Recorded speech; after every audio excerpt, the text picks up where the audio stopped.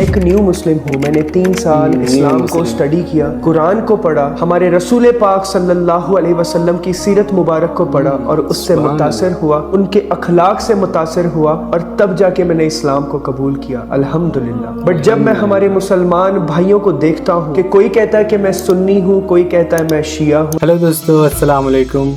आज हम देखेंगे एक न्यू मुस्लिम की वीडियो जो कुछ महीने ही पहले इस्लाम एक्सेप्ट किया और जो कुछ भी इस्लाम में सीखा आज वो हमें बताने वाले हैं। तो चलिए हम वीडियो को स्टार्ट करते हैं।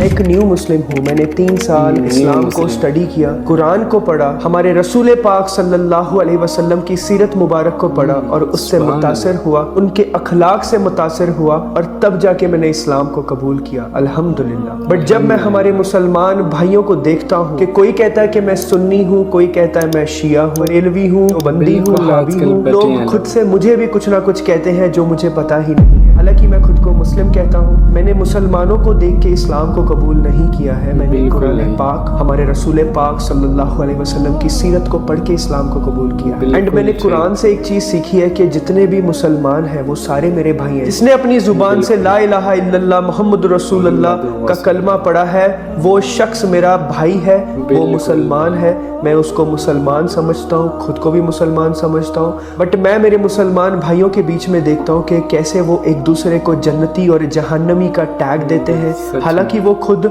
5 वक्त की नमाज भी नहीं पढ़ते हैं, सिर्फ जुम्मे के दिन नमाज पढ़ते हैं और कुछ तो जुम्मे के दिन भी नमाज नहीं पढ़ते हैं। तो मुझे ये चीज़ देख के बहुत बुरा लगता है कि कोई किसी को कैसे जहन्नमी और जन्नती का टैग दे सकता है। हालांकि मैंने कुरान में पढ़ा है कि जन्नत में अल्लाह ताला की रहमत के सिवा कोई जन्नत में दाखिल भी नहीं हो सकता है। तो कैसे आप किसी को जन्नत और जहन्नम का टैग दे सकते हो। और एक चीज मैंने फिरकों के मुतालिक कुरान में पढ़ी है, मैं आपको वो बताना चाहता हूँ। आई होप आपको उससे कुछ ना कुछ जरूर समझेगा, बिकॉज आप मेरे भाई हो और मैं चाहता हूँ कि आप इस चीज को अच्छे से समझो। जो कुरान में अल्लाह ताला फरमाता है, जिन लोगों ने अपने दीन के हिस्से बखरे कर लिए और खुद भी कई कई फिरके हो गए, उनसे तुमको कुछ काम नहीं, उनका काम अल्लाह के हवाले। फिर जो वो सब करते रहे हैं उनको अल्लाह ताला वो सब बताएगा। जिसने अल्लाह की रस्सी को मजबूती से पकड़ लिया वो सीधे रास्ते लग गया। मोमिनो, अल्लाह से डरो जैसा कि उससे डरने का हक है, और मरना तो मुसलमान ही मरना, और सब मिलकर अल्लाह की हिदायत की रस्सी को मजबूती से पकड़े रहना और फिरके फिरके ना हो जाना।